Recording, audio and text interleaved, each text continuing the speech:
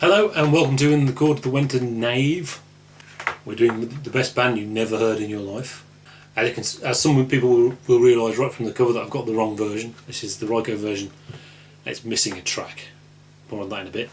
88 Tour is obviously a controversial tour, but also my favourite Zappa band.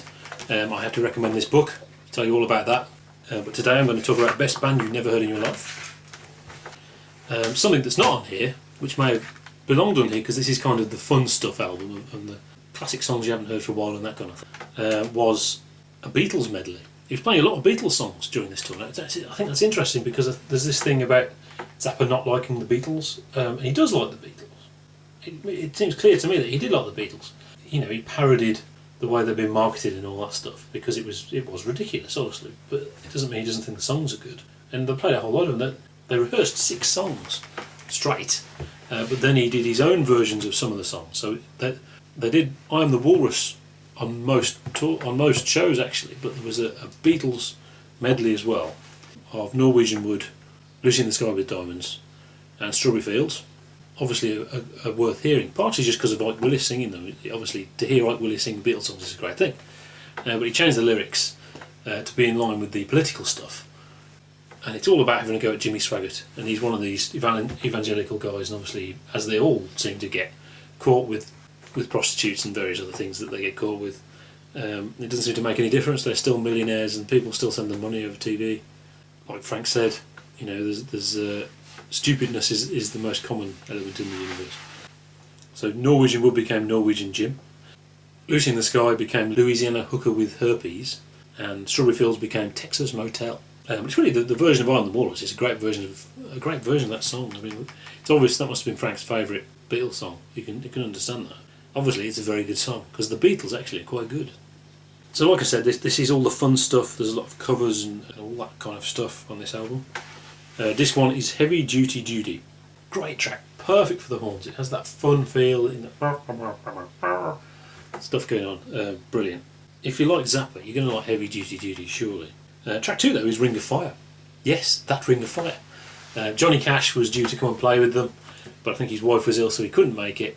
Frank tells the audience this and says, "Well, do you want to hear it anyway?" And they'll go, "Yeah," the audience. I'm not sure they are saying yeah, they're saying something. They're all going, so you can't, maybe they're saying no, I don't know. You would assume they said yes. So this is Mike Kennelly doing his rather brilliant impression of Johnny Cash, which was obviously subsequently used on another song. I don't know which version this is actually, strangely, because on that show they played it 3 times. Which must have got a good response, but I think that what Frank was really doing, he knew they were only going to play it once on the tour, so he got as many takes of it as he could, which is clever. And he obviously knew he was going to release it because it'll attract people to buying the albums if they've got got famous songs on it. So that's cool. Cosmik Debris, really good version of Cosmik Debris. Finder Finer. I mean, it's not one of my favourite Zappa songs, but that's definitely the best version of it. Then we've got Who Needs the Peace Corps. Now that can't have been played. I mean, I think maybe in the mid-70s when they did the 10th anniversary, maybe they played it then, but apart from that, it can't have been played much at all. And again, it's Mike Kennelly. Now, although Ray White is in a way, it's sad that Ray White isn't there because Ray White was a better singer, and it's certainly, I prefer Ray White singing in a sense, but Mike Kennelly brings a new thing, a different thing, which is really good. There's something he can do where it's kind of parody of what was once there, but also has the same message of that song and a tribute to it. In a way, maybe if Ray White had sung it, he would just be singing the song. But it's great the way he even does the little monologue in there as well. Brilliant. Then you've got I Left My Heart in San Francisco. Bobby Martin singing that one. I think apparently Zappa was very surprised by the good response the audience gave and didn't maybe underestimated his audience there and thought they just wanted to hear the song, whereas actually they thought it was quite funny they were playing it. I think certainly by this point his audience were more clued up than that. Zomby Woof. Best version of Zomby Woof. Much better than the original. I've always thought that's a bit of a underappreciated treasure. Now, the next track isn't listed on my album. The reason it's not listed on my album is because they didn't get the rights to it, because it was a cover version of Ravel's Boléro. Unfortunately, when Ravel died, he didn't have any family, so the rights to his songs went to his gardener or something like that, and they wouldn't let him put it on without paying, so it had to be left off the album in Europe, which is the one I got. So yeah, don't buy that. Buy the other cover, which is it's the title of the band, and then just a black rectangle to represent the band aren't there because they were cut out before their prime. Of course, it's a reggae version, as you do. but it's really good. Obviously it's a great melody, so you know it's actually really good. Interestingly, that Frank released this as a single, this and Stairway to Heaven as a single. Mike Kennelly said that wasn't a good thing because he thought they were bad performances of those songs. Surprised me a bit because I mean certainly Stairway was played a lot, and I think so was Boléro. Something happened where they were getting the score for it because they wanted to work it out. Mike Kennelly got someone to fax it to him, and Scott Thunes went into a shop and found his own score, but they ended up using Mike Kennelly's version. But apparently Scott was sitting there reading this score, and one of the horn players comes up to him and says, "Can I read it?" And he says, "No, fuck off, get your own," which didn't get down very well.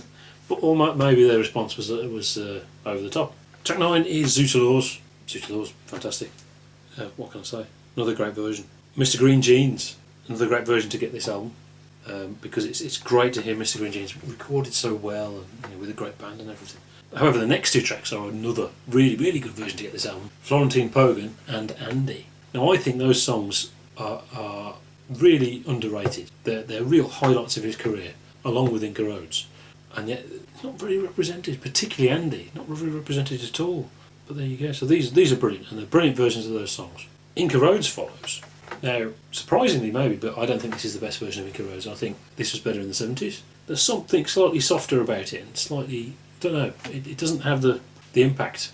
What is cool about it though is it's got a bit of Staying Alive, and also a bit of Approximate in there as well. I don't know if these were separate performances spliced in, or they were actually part of that performance of that song, I don't know. But yeah, so that track 14, the last track on that album, is Sofa Number 1. Obviously, with the horns and everything, Sofa Number 1 is going to sound fantastic. So there you go. Disc 2. Disc 2 starts with Purple Haze. Yes, you heard that right. It's not really Purple Haze, it's just a horrible noise version of Purple Haze with Ike sort of saying the lyrics. Apparently they only played this once, and apparently it was a bit of a disaster, and someone came in the wrong place and made it just sound bad, but here it is on the album. Whether he fixed it or not, I don't know, but I still hate it. And Sunshine of Your Love as well, this is much the same. Then we got Let's Move to Cleveland. Now this is much abridged. Obviously this became a huge jamming piece, so in a way that's a shame. It wasn't more of a playing piece, but obviously there wasn't time here. Obviously the best version of that is on Does Humour Belong in Music, but there's also You Can't Just Act on Stage Anymore, just the solos, which is also fantastic.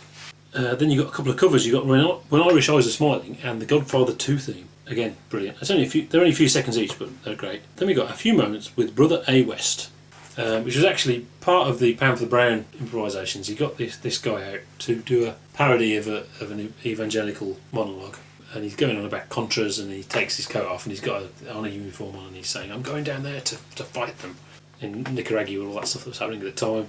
And the audience were quite aggressive to him, like it was real. And there was a worry that the audience thought it was real, and Frank had to reassure them that no, we were just taking the piss. It's not. He's not real, because otherwise he'd probably be in trouble.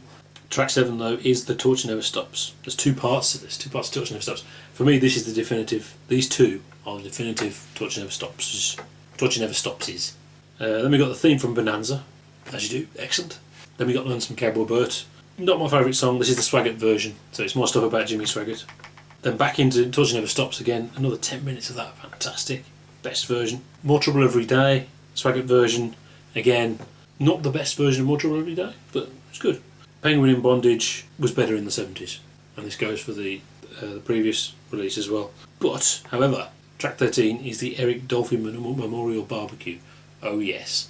It's actually been played over the years through this, but not been on album very much. This is the best version of that track. This is better than the Weasel Rip My Flesh version. That's the definitive moment on this album. There's cool stuff on here that it's worth getting for, like Florentine Pogen and Andy, but that version of Eric Dolphy is the version. Defining moments of his career, I think. Brilliant. But there's still one track left. So how do you end an epic album? Well, obviously Stairway to Heaven. I love the fact that he did it. People didn't know if he was taking a mick or not. Now the thing is, at this point, 88, okay, Led Zeppelin are very terminally uncool and still selling millions of records.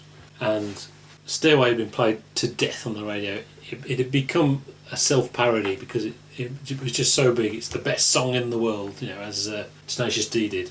So people say they don't know whether he was serious or not.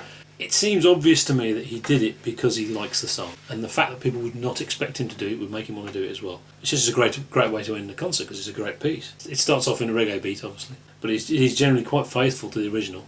Bobby Martin's take on the last verse is impressive. I mean, it's not an easy verse to sing, but the thing people always talk about is the solo. Now, originally the solo was the Untouchables theme, but in most versions, Frank would get his guitar, walk to the front of the stage for the guitar solo, and then the horn section would play the guitar solo, note for note from the original album version of Stairway. So that's great. And it is just a great song. Nothing else, none of the other stuff around it matters. You know, it's just a brilliant, brilliant song. It's a really good version of it. Another good album, another great album. See you next time.